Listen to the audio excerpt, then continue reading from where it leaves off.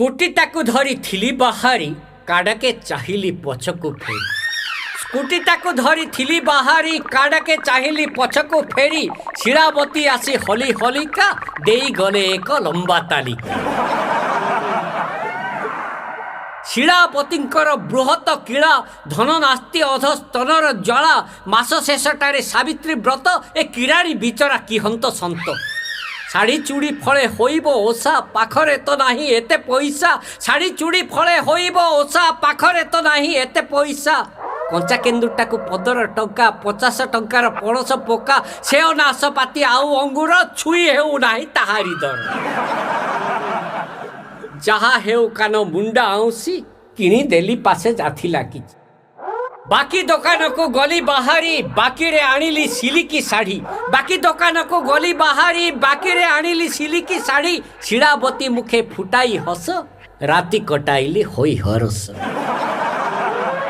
ସତିଆ ହେ ଉଠ ପାହିଲା ରାତି ଡାକ ପକାଇଲେ ସେ ଶିଳାବତୀ ସତିଆ ହେ ଉଠ ପାହିଲା ରାତି ଡାକ ପକାଇଲେ ସେ ଶିଳାବତୀ ରିକ୍ସା ବୁଝ ମୁହିଁ ଯିବି ମନ୍ଦିର ଜାଣିନ କି ଆଜି ଉପାସ ମୋର କହିଲି କେମିତି ଡାକିବି ରିକ୍ସା ସରିଗଲା କାଲି ସବୁ ପଇସା କହିଲି କେମିତି ଡାକିବି ରିକ୍ସା ସରିଗଲା କାଲି ସବୁ ପଇସା ଗର ଗର ହେଇଗଲେ ମନ୍ଦିର ଜାଣିଥିବେ ସେ କି ମାଗିଲେ ବର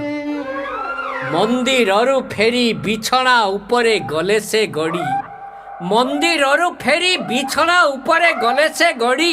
ହୋଇଅ ଶୁଣୁଛ ଛାଡ଼ିଲେ ରଡ଼ି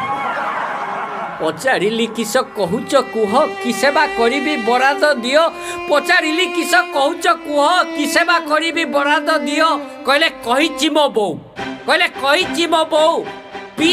ପତିପାଦ ଧୌତ ପାଣି